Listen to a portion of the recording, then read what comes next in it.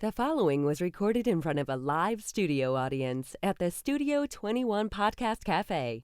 This is the United Podcast Network. Want to shake up your small business marketing? I mean, really shake it up. Studio 21 Podcast Café. Have you been thinking about doing your own podcast? Studio 21 Podcast Café. Would you like to take your business to the next level? Studio 21 Podcast Café. This is the golden age of podcasting, and it's time to stop thinking and start doing. Studio 21 Podcast Café. Get your message heard 24/7, 365, over and over again. Studio 21 Podcast Café. Welcome to the 21st century. Welcome to the Studio 21 Podcast Café. Here's the creator and host of the Studio 21 Podcast Café, David Garofalo. Welcome, everybody, to the Studio 21 Podcast Cafe. This is a 21-minute or less weekly podcast to help you get your message out, to help you grow your business, and to help you build your bottom line. Let me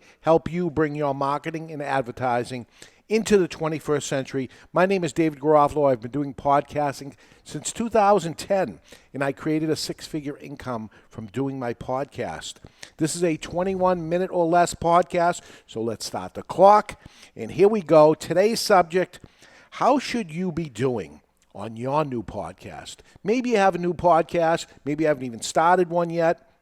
But if you remember, we started a show on this show. We came up with it, and we created it right in front of your own ears. We called it the Snack Authority. And today, we started the show on July 28th. We did one show in July and 2 full months, August and September. So we have some numbers. And we thought today would be a good time to share the real numbers. And that's important, real numbers. Not hits and not, Facebook likes and things like that. I want to know how many people, as painful as it might be or not, I want to know the real numbers. It's important. Yep. Or else, how do you measure, right? How do you measure yourself? Weight? I would like to measure myself by weight, but no, that's not the way we do it.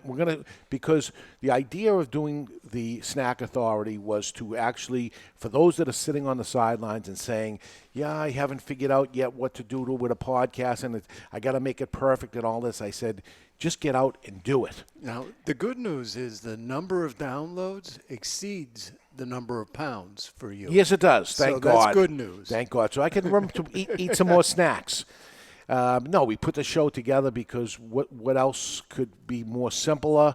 And we're just going to eat a snack. In our first episode, we ate a peanut, and that was the show. And it almost became a joke of, oh, my God, we're going to actually turn this into a show, which is going to be interesting when we show you the numbers. Have we turned it into a show?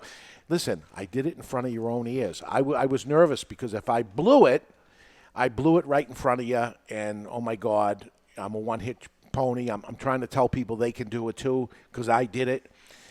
If I was able to do it in my first business, which was the Cigar Authority, the first podcast I did, and created a six-figure income from doing that podcast alone, monetized it into $250,000 in annual revenue on top of that, along with new customers and everything that was accomplished there. The question was, can I do it again? Am I a one-trick pony? Can I do it again? So today, we're going to share some of that information with you. So numbers are important, and we host the Snack Authority on a platform called Podbeam. And there are a few options. You don't have to use Podbeam. There's other people that are out there, but you need a hosting site, right? That's the main thing you need. You know, I'd recommend people stick with the big three. There's Podbean, Libsyn, and Blueberry. Okay, so those are there's a whole bunch of others, but, in the end, you can't go wrong with those. Don't try to skimp a few dollars a month because you probably won't get the right stats. And, these guys have been around. And you want the right stats, right? You don't want to be Absolutely. fluffed up to make you think you're something you're not. you're never going to improve. I understand people go out there and buy Facebook friends and things like that. Oh my God, it's so phony to yourself. Is it making you feel good? What makes you feel good is improvement, right? So as low as it might be, if you see an improvement the next month, as you're going on, that's what makes me feel good and know I can build success from this. So, we talk to people all the time here at the Studio 21 Podcast Cafe, and they're looking to do a podcast. And, they may get right into monetization with us. They haven't even started the show, and they want to talk about, so how do I monetize this? The first thing you need to do is start a podcast. That's the first thing. The second thing you need to do is build an audience. After you build an audience, then we can get into how do you monetize it. And I'm good at it, and I'm happy to help you with it. I treat a podcast as a business, and the business plan is to have it monetized, but it's the chicken before the egg. It's the egg before the chicken. Which one comes first? You cannot do the monetization of a show that hasn't begun. Imagine going to a client, right, and say, how would you like to advertise on my show? We have 0 listeners. Well, how about I give you $20 per listener, which is 0. It doesn't matter what it is, what number. It becomes 0. So yeah, the one I always liked is, it's doing that is like a farmer who wants to harvest before he's planted a seed. Yeah. And it just doesn't work that way. And the seed analogy is perfect because what we are doing is planting seeds, right? Yep. So we're getting new audience people, and we're going to build as it goes on. So and you have to take care of the seed when you plant it. Throw some fertilizer on, which we're good at. Yep. And water it and take care of it. Yep. And you come in prepared for a show, and you give good content. So if you come in and you do your first show, and then you say, okay, I want to see it improve, and I get ready for my show 2 seconds before I do my show. No, you got to do a little prep for the show. I don't say you got to spend hours and hours on it. If you're doing this show yourself, and we've heard it many times, that people actually spend more money editing their show than doing the show themselves. If that's the case, then maybe you're not spending enough time prepping if you need to edit it for hours after you've done a 20-minute show. Yep. So we do a little prep beforehand. We have some notes in front of us. We're going to chat and make sure we try to hit the notes that we have and do the show. I was involved in an interesting discussion last night about how different people approach making a podcast. Mm-hmm. There are the folks like us who do it live. Yep. Or even if you're going to do minor editing, you do the show as if it were live, right? Yeah. But there's others that just do little snippets and stitch it all together. The amount of work that goes into that, believe me, you're spending more work into the editing process than you are preparing for the show or doing the show. Absolutely. And if you are, frankly, my belief is you're doing it wrong. Yeah, I mean... this is the meat. What you're hearing here is the meat of the content. If I was to clean up an ah, an ooh, an a click, or whatever... How much time do I want to spend on that? Certainly not more than the content I'm delivering. No, I mean, your best bet is to record it well and go back and review your show. If you've got, one of these habits of fix yourself. It's easier and quicker to do that. And you know what? Leave it on there. Force yourself to listen to it a few times. Next time you'll improve because it bothers you so much. Right. If it's easy enough to just take it out, then it's never going to bother you, and you're just going to keep taking it out. After people, spend hours pulling these things out, they start to realize it's much easier not to have it in there in the first place. One thing that's hurting my spelling is spell check.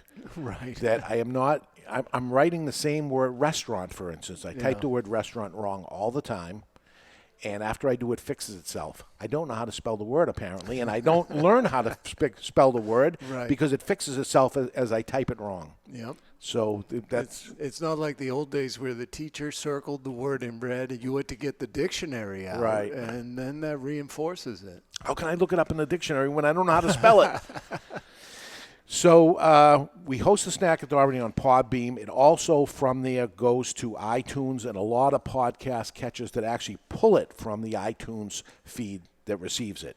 iTunes numbers shows up on Podbeam, the host, and that's how we get some of these numbers. But there's more.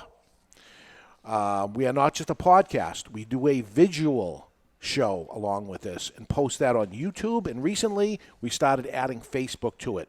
So we need to add those numbers into it also. There's a reason why, and you can go back to the old shows, and we'll do another show coming up soon explaining the positiveness to the video portion that we do. We don't do it because we have lots of hits on Facebook or on YouTube. We do it for other reasons, and we'll get into that in another show. But those numbers count. There are people that are watching it, believe it or not, and there are people watching on Facebook and YouTube, and I'm going to count those numbers in with it also. We do a 30-minute or less live show, no editing, not a big prep. We're talking about the Snack Authority here. We eat snacks. That's the show. And we made it as simple as we possibly could to show you how to do a podcast. Right. So, and, I do most of the prep for the show. One of the co-hosts, Jess, does a little bit around the nutritional stuff. yeah, which she looks at the bag. Yeah. She looks at the bag of what we're eating. Hers is 5 minutes. Yeah. I may spend up to an hour doing research, but it's not a big time commitment. Yeah. So you're looking for some sound bites maybe or a commercial. Yeah, of an old snack. Get the history of the companies that are manufacturing it. So that there's something in there. Yep. And listen, we put the show out. It's still as it was intended as we did it, but we may see this show evolve into different segments that has nothing to do with the way it's running now. I don't know of any shows off the top of my head that ended up where they started. Right. They all evolve into something else. The key is just start. Yeah. We say it all the time. Just start the thing because it's not going to be what you think it's going to be anyway. So you might as well start so you can get going on it. The idea was to create an easy podcast to play around with, to see in front of your own ears if we can build an audience and if we can monetize it. So let's go to the numbers. The first thing we're trying to do is get the podcast off the ground. We did. We got a couple of months behind us, so now we're showing some sort of numbers that we're going to build on. So we can have it actually, those that are watching on YouTube can actually see the numbers. These are actual numbers. We're not inflating anything at all because we want to know the real numbers so we can improve. You're going to see years from now, I hope we're still doing this Studio 21 Podcast Cafe and show you what has happened to the Snack Authority podcast and how much money we're making and everything. This one's going to be a very open book to show you everything. So we started off with one episode in the month of July, and there's a thing called hits. We had 18 hits, whatever that means.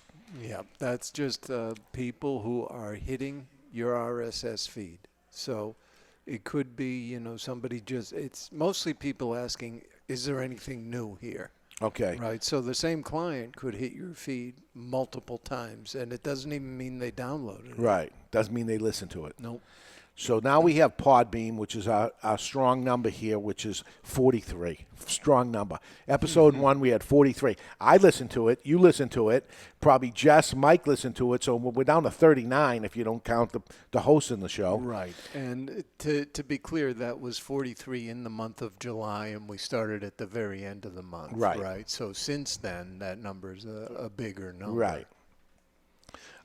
We have YouTube that we put it on there, and we had 2 people view it there. iHeartRadio, we had 63, and plus Facebook. And why do we have 63? Something's wrong here. The 63 that says iHeartRadio should be total listeners, 1843, and 2 is 63. So that's in the wrong column there. It's 63 is the total amount. And we had no Facebook, actually, on there. So our total was 63 on the first show during the first month. That number may be more, and it will continue to grow forever and ever because somebody's going to always want to go back to show number 1 to see how bad it was, right? Absolutely. Yeah, we'll go back and see how bad it was. As we improve. Looking at August now, we have 9,556 hits. You almost want to take the word hits away, right? There's no need of this number. It really doesn't tell you anything meaningful. Yeah, so a lot of people tout that number. Hits are not important. That number is going to continue to grow. It shouldn't make you feel good because it really doesn't matter. What matters is that on Podbeam, we had 465 people. We grew 10 times the first episode in the first month. So now you're in that. Are you including the episode that happened in July? Sure. If somebody listened to it in that in time August. frame. Yep. They listened to it in August. They could have listened to the July podcast in August, and that would count as an August number. And that brings up another point. As you build a catalog of shows, Yep. some percentage in any given month is your old content. Yes. The bigger the catalog, if somebody goes and binges on it and gets them all, you're still going to get hits on or downloads on very old episodes. Yeah, but this number I think is important for somebody that advertises on the show. Later on, we're going to have may have an advertiser, and they want to know how many people are listening to the show. Well, in any given month, in Podbeam, that month of August, we had 465. In YouTube, we had 165, up from 0. Spotify, 0. iHeartRadio, 0. Total listeners, 630. Plus, we added Facebook this time. So we didn't do it on our first episode. I don't know if we did it on every episode in August. Everyone? Yeah. So another 326 watched it there. So we had 956 from our first episode of 63, or our first month at 63. It was only one show, but we're up from 63 to 956. So considerable growth. Mm-hmm. Now we're feeling good. We know it, but the growth was very small. If you look at, we only had one show in the previous month. So I consider August really our first month, a little test show that happened in July. So we go from 956. So now we're jumping from Podbeam from 465 to 598. And YouTube drops down from 165 to 102. And we get 1 on Spotify, 10 on iHeartRadio. We're building on these other platforms as is going on. Our total listens are 711 from 630, and we had 295 on Facebook. So total, including the Facebook, is from 956 to 1,006. We broke 1,000 mark in our basically second month. Right. And, Facebook numbers are tough anyway because everybody who uses Facebook knows you don't know what they're going to put in anyone's feed, right? They've got algorithms. Yes, don't count on it and say that I have a podcast because I'm on Facebook, because it may seem like it's your platform, but it's not yours at all. And the other thing is, the number's down. Well, is that because Facebook didn't show it to as many people? Correct. And as anybody who... Yeah, so don't feel bad about your Facebook numbers because you have no control of it. You do have control over your other listeners. And for us, the important thing about Facebook... Well, I hope Facebook person jumped off Facebook and subscribed to our podcast. That's really what it's an advertising platform. Yep. They won't seem to think that way or want you to think that way, but that's what we're using Facebook for, is to get a new listener. As anyone who has a page knows, you can pay Facebook to make it more visible. Sure. So... But why isn't it visible already? Because they're holding it back. Yeah. Right? They're holding it back. Hoping you'll pay them. Right. So we broke the 1,000 mark in 2 months, and our total is 1,404 listeners on the podcast feed, plus the 620 people that are on the Facebook. We got 2,025 total listens to our show, and that all this is 10 episodes, right? Yeah. So in 10 episodes, so we're doing an average of 202 people per episode that are listening to us. Small number. It's little, but it is a number, and it has we have something to work on now to do it. Yep. And again, we're doing this right in front of your own ears. We're showing these numbers and going over it. So where is a new podcast from the Cigar Authority right now? Those are the numbers where we're at. Where should we be as a podcast? And where is the average podcast within a full year or even longer? Where are they compared to where we are? We're going to look at that, and it's going to surprise you. We're going to get to that in just 1 minute.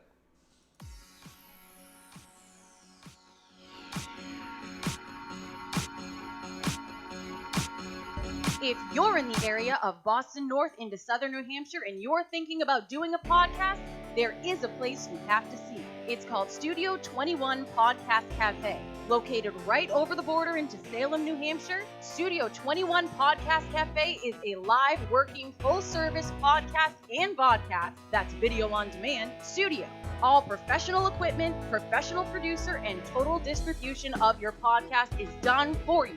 Would you like search engine optimization for more people to find your business or better ranking on Google? Well, Studio 21 Podcast Cafe can do it all for you for far less than you think. Schedule a free 21-minute no-obligation consultation by going to www.studio21podcast.cafe. That's studio21podcast.cafe. Now, back to the program. And we are back, and today we're wondering how good should we be doing on our podcast, or how good should you be doing on your new podcast? And right now, let's take a look at other podcasts. Actually, let's look at the average podcast. Of all podcasts out there, the average, how many listeners do they get? So the numbers that I've heard most recently came from Libsyn, and they're one of the big three. Sure.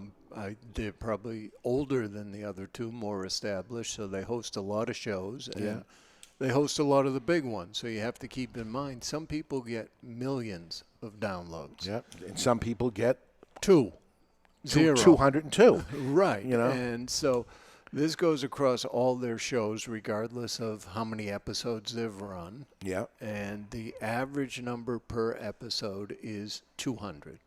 200. So we're at the average. Yeah, I mean, at 1,000 a month, we're 250. Yeah. So that's not bad. Yeah. And for a startup. Right. So why is that? Why could we become, in a matter of 10 episodes, get to the average with thousands of people, millions of people listening to some, and little people listening? The average, to get to the average that fast, where some people are years into this. Some never get there. And some never even get to there. So there's lots that happen in the behind-the-scenes part of it. So it's not just putting good content out. You can have a great podcast that nobody can find. Yeah. And we're going to get to all those things in later episodes. But it's important to know that we did this in front of your own ears so you could see if we could pull it off. We are at the average. After 10 episodes, we're the average podcast after 10. If you're out there and you've been doing podcasting for years and you're at the average, maybe you're doing something wrong. Maybe there's something to learn. And that's why you're here. So there are ways to get your podcast listened to, but it requires work. We're going to do that. We do that, and we can do that for you. If you'd like us to do it for you, I'd love to work with you. So would Ed. Come on down. Talk to us. Let us help you. Contact me at dave@studio21podcast.cafe. That's Dave at the number 21podcast.cafe. Schedule a free 21-minute with me and Ed, and we'll show you the studio. We'll talk to you about your thoughts and your plans and even buy you a cup of coffee. Next week, let's talk about some of the things you can do to get listeners. More listeners and new listeners. We'll talk about that more next week. That's my 21 minutes or less, and we're out of here. You've been listening to the Studio 21 Podcast Cafe, live from the Studio 21 Podcast Cafe on the United Podcast Network.